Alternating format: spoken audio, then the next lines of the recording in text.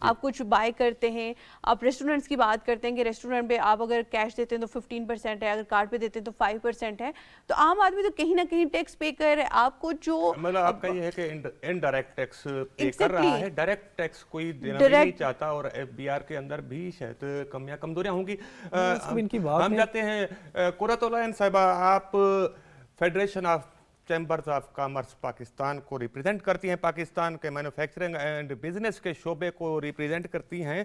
تو اس وقت جو ہم دیکھا ہے کہ جس طرح شاہد حسین اسد صاحب کہہ رہے تھے کہ سارا بوجھ جو ہے وہ مینوفیکچرنگ کے شعبے پر اور سیلری کلاس کے اوپر ہے کہ وہ سب سے زیادہ ٹیکس دیتے ہیں, جب کہ جو سروسز کا شعبہ ہے اس میں ٹیکس کی کلیکشن کم ہے کیونکہ وہ 55 سے 57% ہے, اور ٹیکس اس میں سے آتا ہے 20%. اس کی کیا وجوہات ہیں؟ جی تھینک یو ویری مچ. جی دیکھیے جی, انڈسٹری پہ تو ہم پہلے ہی کافی سے بات کر رہے ہیں کیونکہ جیسے federation of Pakistan chamber of commerce جو ہے نیشنل اپیکس باڈی ہے, اور تمام چیمبر آف کامرسز اور ٹریڈ باڈیز جو ہیں وہ اس کے ممبر ہیں. تو we are the voice of all the business community in a sense. دیکھیں ابھی جیسے باقی پارٹیسپینٹس نے بھی بات کی کہ ہمارے ہاں مسئلہ یہ ہے کہ ہم نے ٹیکس بیس کو براڈ نہیں کیا, بلکہ جو لوگ ٹیکس دے رہے ہیں انہی کے اوپر ہم ٹیکس دوبارہ لگائے جا رہے ہیں. سیلری کلاس کے اوپر بہت زیادہ ٹیکس ہے. اب تو ہم نے اتنا زیادہ کر دیا ہے کہ 50,000 سیلری والا بندہ جو ہے وہ ٹیکس دے گا. دوسرا زیادہ ٹیکس ہم نے جو ہے وہ ایکسپورٹ انڈسٹریز پہ, مینوفیکچرنگ پہ بہت زیادہ ٹیکس لگا دیے ہیں. انہی کو ہم بار بار مزید ٹیکسز کا شکار کر رہے ہیں, جس کی وجہ سے انڈسٹریز بند ہو رہی ہیں, انڈسٹریز ڈسکریج ہو رہی ہیں. کیونکہ آلریڈی انڈسٹری کا مسئلہ یہ ہے کہ پورے خطے میں, پورے ساؤتھ ایشیا میں سب سے زیادہ ہائی ریٹ پہ بجلی ہمیں مل رہی ہے, سب سے زیادہ ہائی ریٹ پہ گیس ہمیں مل رہی ہے. ہم ابھی تک جو ہمیں جو آپریشنل بجلی مل رہی ہے وہ 16 سینٹ پہ مل رہی ہے, ہمارے خطے میں 8 سینٹ پہ 9 سینٹ پہ مل رہی ہے. تو ہم کب سے حکومت سے اس بات پہ بات کرتے ہیں کہ ایک تو مارک اپ ریٹ بہت ہائی ہے, وہ 22 to 25% ہے, کیونکہ 22 پلس فائبر ہے, تو کسی جگہ پر جا کے 25 سے 30% بھی لوگ جو ہے وہ مارک اپ ریٹ دے رہے ہیں. تو آلریڈی یہ جو گیس, بجلی اور مارک اپ ریٹ کے مسئلے ہیں اس کی وجہ سے انڈسٹری شدید بحران کا شکار ہے. اب بات جیسے باقی سب لوگ کر رہے ہیں کہ ہمیں وہ ایسا ایک ٹیکس سسٹم کا ریفارم لانے کی ضرورت ہے جہاں پہ جو سیکٹرز جو ہیں نیگلیکٹڈ ہیں ان کو ہم ٹیکس نیٹ کے اندر شامل کر سکیں. جیسے ہمارا ریٹیل سیکٹر ہے, اس کی ہم بار بات کرتے ہیں کہ اس کے POS آ جائیں, ڈیجیٹل سسٹم آ جائے تاکہ وہ ٹیکس رپورٹنگ ہو جائے. But again at the same time لوگوں میں جو ٹیکس سے ریلیٹڈ فیئرز ہیں وہ بہت زیادہ ہیں, بیکاز وہ سوچتے ہیں کہ جب وہ ایک دفعہ ٹیکس رجیم میں آ جائیں گے تو بار انہیں ٹیکس ادا کرنے پڑیں گے, اور انہیں پہ بار ٹیکس لگیں گے, انہیں کو FBR کے ٹیکس آڈٹ سسٹم کا سامنا کرنا پڑے گا. تو اب یہاں پر یہ ہے کہ تمام سٹیک ہولڈرز کو ساتھ بٹھا کے کچھ پراپر ریفارمز اس طریقے کے ساتھ کیے جائیں, کیونکہ اب ہدف تو دے دیا گیا ہے کہ جی 13,000 ارب کا ہم نے ریونیو اکٹھا کرنا ہے. ٹھیک ہے, اب 13,000 ارب کا ریونیو آپ نے اکٹھا کرنا ہے, آپ کی تو انڈسٹری جو ہے اگر صرف اسی کے ایک جو ایگزسٹنگ ہے اسی سے آپ نے اگر وہ ٹیکس اٹھانا ہے تو وہ انڈسٹری جو ہے وہ تو بیٹھ جائے گی, وہ تو بہت زیادہ سفر کرے گی. ہاں ہم کیا کر سکتے ہیں کہ ہمیں ایکسپورٹ کو بہتر بنانی ہے. میم بات یہ ہے کہ بلا شبہ آپ کی بات درست ہے, لیکن یہاں پر یہ بھی ہوتا ہے کہ ایکسپورٹ سکیموں کا مس یوز بھی پاکستان میں دیکھا گیا ہے.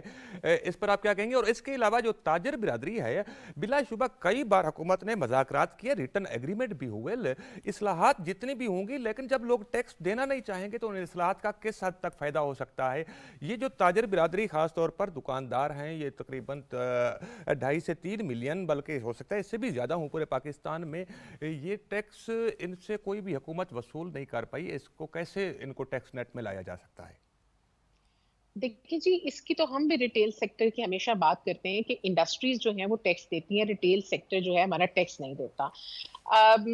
کئی بار ٹیلی ویژن پہ, میڈیا پہ ڈفرینٹ طرح سے بات ہوئی کہ اگر ہم اپنے صرف بجلی کے بلز ہی اٹھا کے دیکھ لیں تو ہم یہ دیکھتے ہیں کہ ہمارے پاس تقریباً 30 لاکھ صارف ہیں جو کمرشل بجلی استعمال کرتے ہیں. اس میں سے 2 لاکھ جو ہے وہ صرف ٹیکس کے لیے رجسٹر ہیں, اس میں سے 1 لاکھ جو ہے وہ صفر ٹیکس ریٹرن فائل کرتے ہیں, 1 لاکھ لوگ ٹیکس دیتے ہیں. تو مطلب 29 لاکھ لوگ تو وہی ٹیکس نہیں دے رہے ہوتے. اچھا, اب مسئلہ یہ ہے کہ آپ نے ایکسپورٹ کی بات کی. ایکسپورٹ بالکل ہم خود بھی federation of Pakistan chamber of commerce سے ہم نے یہ اس دفعہ کا ایک کرائٹیریا سیٹ کیا کہ ہم نے 100 ارب کا ایک 100 ارب ڈالر کا ایک کرائٹیریا سیٹ کیا کہ ہم نے ایکسپورٹ کو 30 سے 100 ارب پہ لے کے جانا ہے. اب گورنمنٹ نے جو SIFC کا ایک قیام کیا ہے وہ ایک بڑا خوش آئین ہے کہ اس کے اندر جو ہے وہ non resident Pakistani for foreign investor they are feeling secure کہ ہاں ٹھیک ہے یہاں پر اگر ہمیں کچھ اسپیشل اکنامک زون میں ہمیں ٹیکس ہالیڈیز ملتی ہیں, ہمارا سرمایہ کاری جو ہے وہ سیف انوائرمنٹ ہمیں ملتی ہے, تو ہم یہاں پر آ کے انویسٹمنٹ کرنا چاہتے ہیں. اور ڈیفینیٹلی وہ سی پیک کے حوالے سے جو ہماری انڈسٹری میں ریبیٹس موجود ہیں ان سے فائدہ اٹھا کے ڈیفینیٹلی ایکسپورٹ بڑھے گی. لیکن اس کے لیے بھی تمام اسٹیک ہولڈرس کو ساتھ بٹھانا بہت ضروری ہے. دیکھیے اب میں یہ بات کرتی ہوں کہ ہم جب اپنی میجر پالیسیز بناتے ہیں تو انفارچونیٹلی کئی بار اس میں سے ہم امپورٹنٹ سیگمنٹس کو مسنگ کرتے ہیں. اب جیسے میں کہتی ہوں کہ پاکستان کی اس وقت آبادی جو جی ہے وہ 52 to 55% خواتین پہ مشتمل ہے. جی ہماری جو خواتین ہیں وہ فارمل اکانومی میں ہی نہیں آتی کیونکہ ان کو خوف ہی بہت ہے ٹیکس ادا کرنے کا. وہ یہ کہتی ہیں کہ جی ہم اگر ٹیکس رجیم کے اندر آ گئے ایک دفعہ تو بار بار ہمیں ایف بی آر کی وجہ سے اور چیزوں کی وجہ سے اب ہمیں میم مشکلات کا آپ سامنا کرنا بلا پڑے گا. شبہ یہ بات درست ہے کہ یہ لوگوں کو خوف ہوتا ہے, لیکن آپ دیکھیں کہ پاکستان میں جو ٹیکس کا سسٹم ہے وہ سیلف اسیسمنٹ اسکیم کے تحت ہے, اور دوسرا جو آڈٹ ہوتا ہے وہ کمپیوٹرائز بیلٹنگ کے ذریعے ہوتا ہے, اور 5% ٹیکس پیئرز کا آڈٹ کیا جاتا ہے. تو اس والے سے تو کافی سارے ریلیف موجود ہیں, اور آڈٹ کا اگر ایک سال کسی کا آڈٹ ہوا ہے اگلے سال اس کا آڈٹ نہیں ہو سکتا, تو یہ پھر یہ جو خوف والی بات ہے کہ یہ کس حد تک ویلڈ ہو سکتی ہے؟ دیکھیے جی آپ جب ٹیکس آڈٹ میں لوگوں کو لے کے آتے ہیں تو وہ آڈٹ کے جو چیزیں ڈلیور کرنے تو پھر آپ کے وہ انسان ہی جا رہے ہوتے ہیں نا. اور ایسا نہیں ہوتا, بعض اوقات ایسا ہوا ہے کہ پچھلے سال بھی آڈٹ کھلا, اگلے سال بھی کھلا, اس سے اگلے سال بھی کھلا. ٹھیک ہے, یہ بے شمار اگزامپلز اس طرح کی موجود ہیں کہ پچھلے سال بھی انہی صاحب کا نام یا صاحبہ کا نام ٹیکس آڈٹ میں آیا, اگلے سال بھی انہی کا آیا.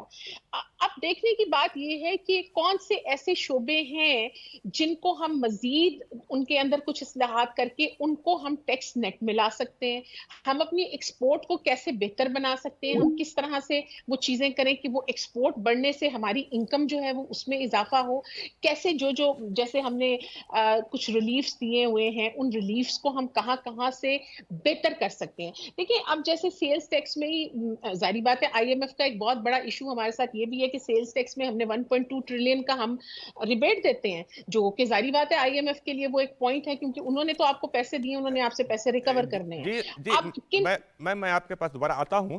اطہر علی صاحب, پاکستان میں جو ٹیکس سسٹم ہے زیادہ تر ٹیکس بلکہ میکسیمم ٹیکس انڈائریکٹ طریقے سے وصول کیا جاتا ہے, مطلب ایکسپینڈیچر کے اوپر جا کر ایف بی آر پکڑنے کی کوشش کرتا ہے اور ٹیکس لیتے, جبکہ دوسرے ملکوں میں ایسا نہیں ہے. ڈائریکٹ ٹیکس مطلب انکم ٹیکس ڈائریکٹ انکم کے اوپر لیا جاتا ہے.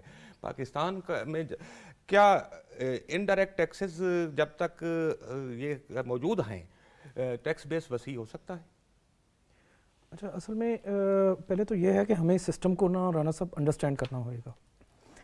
اس وقت ٹیکس سسٹم کو اگر ہم نے اس ٹیکس بیس کو انکریز کرنا ہے تو لازمی نہیں ہے کہ ہم ڈائریکٹ سارے اقدامات کریں, ہم انڈائریکٹ چیزیں بھی کر سکتے ہیں.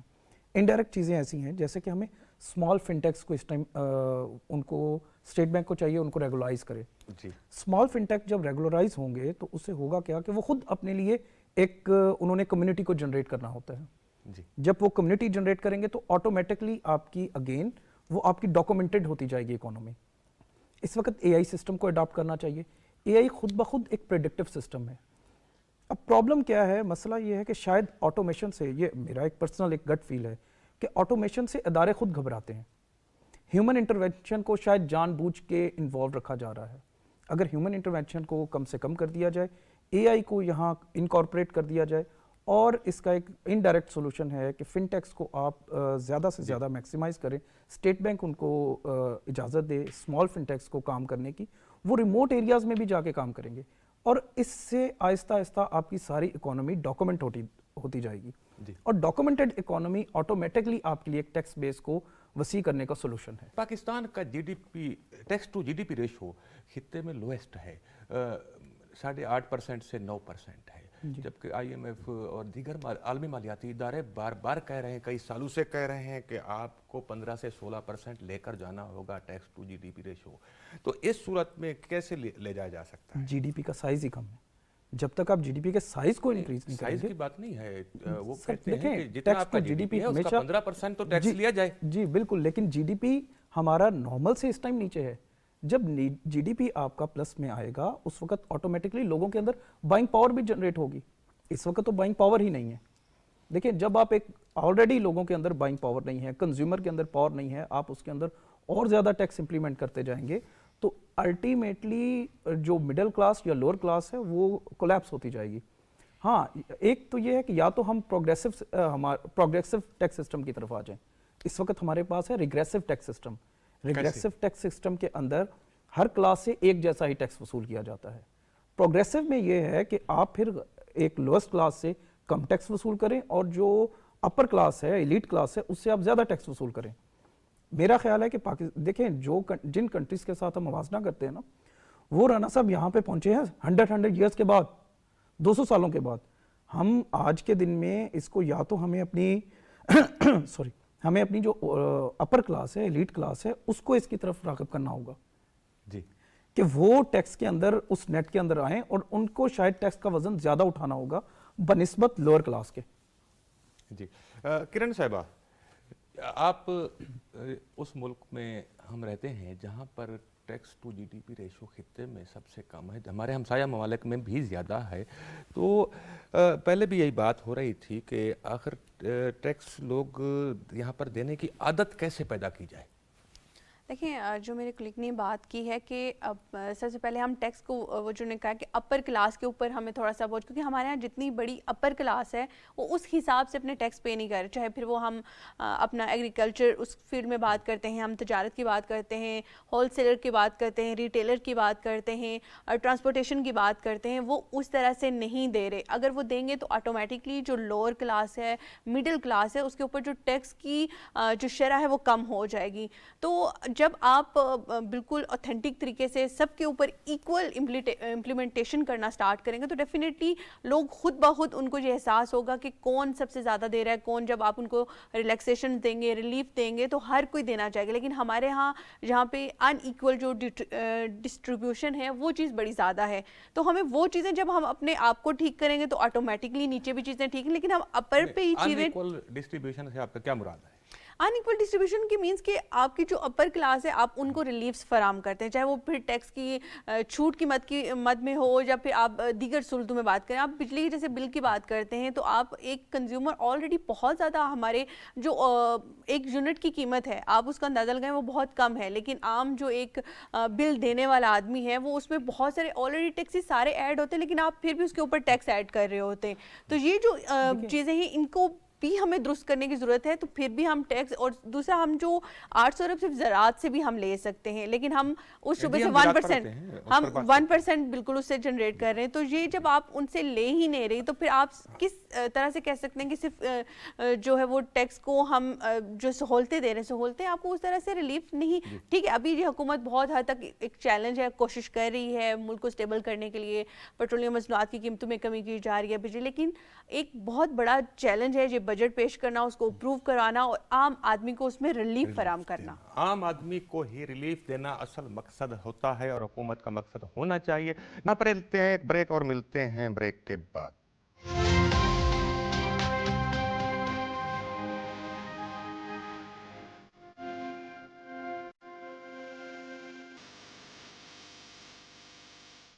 ویلکم بیک ناظرین. پاکستان کا سب سے بڑا شعبہ ہے ریئل اسٹیٹ کا, جہاں پر پرافٹ ریشو بھی زیادہ ہے اور یہ سروس سیکٹر میں آتا ہے. اور ہمارے ساتھ اس وقت موجود ہیں چیئرمین آباد آصف سمسم. یہ آباد جو ہے یہ association of developers and builders of Pakistan ہے جو کہ اس شعبے کے ایک بڑے حصے کا احاطہ کرتے ہیں. ان کے سب سے زیادہ اس شعبے کے ممبران ہیں. آصف صاحب, یہ جو شعبہ ہے ریئل اسٹیٹ کا, اس کا جو انویسٹمنٹ کیپٹل ریشو ہے پورے پاکستان کا وہ کتنا ہے اور ٹیکس کنٹریبیوشن کتنا ہے, کیا آپ اس پر روشنی ڈال سکیں گے؟ بسم اللہ الرحمن الرحیم. میں سمجھتا ہوں کہ پہلے میں تھوڑا سا اس association of builders and developers کا انٹروڈکشن دے دوں تو پھر آپ کو آپ کے دونوں سوالوں کے جواب میرے اسی انٹروڈکشن میں بھی ملیں گے انشاءاللہ.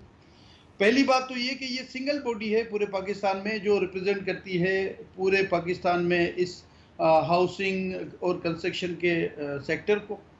اور ساتھ ہی میں یہ کہہ دوں کہ جب بھی ہم سے کوئی پوچھتا ہے کہ آپ کا ٹیکس میں کنٹریبیوشن کیا ہے, تو ٹیکس میں کنٹریبیوشن کی جب آپ بات کریں گے تو میں آپ کو بڑا نارمل سا بتا دوں کہ میں ابھی مسلسل IMF کی باتیں ہم سنتے رہے ہیں جس کو جو بھی آتا ہے وہ کہتا ہے جی ریئل اسٹیٹ سیکٹر والوں کو جو ہے اس طرح پکڑنا ہے، اس طرح گرانا ہے، اس طرح اٹھانا ہے. کوئی کہتا ہے اس کو باہر بھیج دیں گے، کوئی کہتا ہے اس کو کام نہیں کرنے دیں گے، کوئی کہتا ہے اس کو سارا ٹیکس لے لیں گے. میں آپ کو تھوڑا سا یہ اپنا انٹروڈکشن اس لیے دینا ضروری تھا کہ اگر یہ پاکستان کی سب سے اہم ترین ایسوسی ایشن ہے اور پاکستان کے سب سے اہم ترین شعبے کے ساتھ یہ وابستہ ہے. ہمارا کنٹریبیوشن شروع ایسے ہوتا ہے جی کہ 1000 گز کا پلاٹ، 1000 گز کا پلاٹ سندھ کی، اگر میں شروع کروں سندھ سے، کہ اگر بائیلوز کے تحت کمرشل میں بناتا ہوں تو 800 ملین روپے کی لوکل انڈسٹری سے ڈیوٹی پیڈ گڈز جو ہے وہ میں کنزیوم کر جاتا ہوں. یعنی آپ سوچیں کہ 1000 گز جس کا 75 فٹ بائی 120 فٹ کا ڈائمنشن ہے، اس پہ ہمارا 800 ملین کا لوکل انڈسٹری کے ساتھ کنٹریبیوشن ہے. تو آپ سوچیں کہ پورے ملک میں جب یہ سیکٹر چلتا ہے تو ہماری اسٹرینتھ کتنی ہوگی. میں ہمیشہ FDR والوں سے بھی یہ کہتا ہوں کہ جب بھی آپ پوچھتے ہیں کہ آپ کا ٹیکس میں کنٹریبیوشن کیا ہے، تو میں آپ کو یہ بھی بتا دوں کہ دیکھیں یہ جو بلڈرز اینڈ ڈیولپرز کے کام سے بھی جو وابستہ لوگ ہیں، وہ اگر پروپرائٹرشپ پہ ہیں تو ان کے اگر کوئی دوسرے بزنس بھی چل رہے ہیں تو وہ سارا ان کا ریٹرن مکس ہو کے چلتا ہے.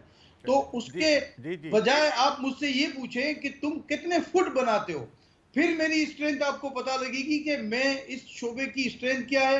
اور میں آپ کو یہ بھی بتا دوں کہ جتنی ریمیٹنس آتی ہے، میں آپ کو اہمیت کا اندازہ بتاتا ہوں کہ جتنی ریمیٹنس آتی ہے، نو ڈاؤٹ آصف صاحب، ریئل اسٹیٹ کا شعبہ جس طرح میں نے پہلے بھی کہا ہے کہ پاکستان میں انتہائی اہمیت کا حامل ہے، اور ہم یہ ہرگز نہیں چاہتے کہ لوگ یہاں سے اپنا سرمایہ کسی دوسرے ملک میں انویسٹ کریں. یہ بھی بالکل ہمارے لیے قابل قبول نہیں ہے، بلکہ ہم چاہتے ہیں کہ حکومت ریئل اسٹیٹ کے شعبے کو مزید سہولیات دے. لیکن ساتھ ساتھ کیونکہ یہ تو ہر ملک میں ہوتا ہے کہ جو کماتا ہے وہ انکم کے اوپر ٹیکس بھی دیتا ہے. ہم یہ سمجھنا چاہ رہے ہیں کہ جتنا اس میں انویسٹمنٹ کیپٹل انوالو ہے، کیا اس حساب سے ریئل اسٹیٹ کا شعبہ ٹیکس ادا کر رہا ہے؟ اگر زیادہ ادا کر رہا ہے تو اس کے مناسبت سے ہونا چاہیے، اگر کم ادا کر رہا ہے تو تب بھی اس کے مناسبت سے ہی ہونا چاہیے. اچھا، میں آپ کی پھر اس سوال کا جواب دیتا ہوں کہ ہمیں تو یہ سمجھ ہی نہیں آتی کہ جب بھی سنتے ہیں تو ایسا کوئی فیلنگز آتی ہے کہ ریئل اسٹیٹ کا شعبہ جو ہے وہ کوئی چھپا ہوا ہے، وہ بچ گیا ہے، اس کو ٹیکس نہیں کیا، اس لیے یہ پاکستان میں معاشی مشکلات ہیں. آپ کو میں یہ بتا دوں کہ جو بھی سلیب ہے آپ کی، جو بھی سلیب، یعنی جو میکسیمم سے لے کے منیمم تک جو بھی سلیب ہیں، اس میں جو بھی ممبر ہمارا کاروبار کرتا ہے، پہلی بات تو یہ کہ FBR آباد کا کوئی ممبر انکم ٹیکس میں رجسٹرڈ اگر نہیں ہے تو وہ ممبر بن ہی نہیں سکتا. دوسری بات یہ کہ جو نیچرلی جو آپ لوگوں نے ڈیسائیڈ کیا ہوا ہے، جو بھی 35% سے لے کے 10% سے 35% تک، ان تمام پہ یہ پورا اترتا ہے. میں آپ کو یہ بتا دوں کہ یہ پتہ نہیں کس نے یہ پرسپشن کلیئر کیا ہے. ہم نے کچھ اور بات کرنی ہوتی ہے، یہ بات لے کے جاتے ہیں انکم ٹیکس پہ.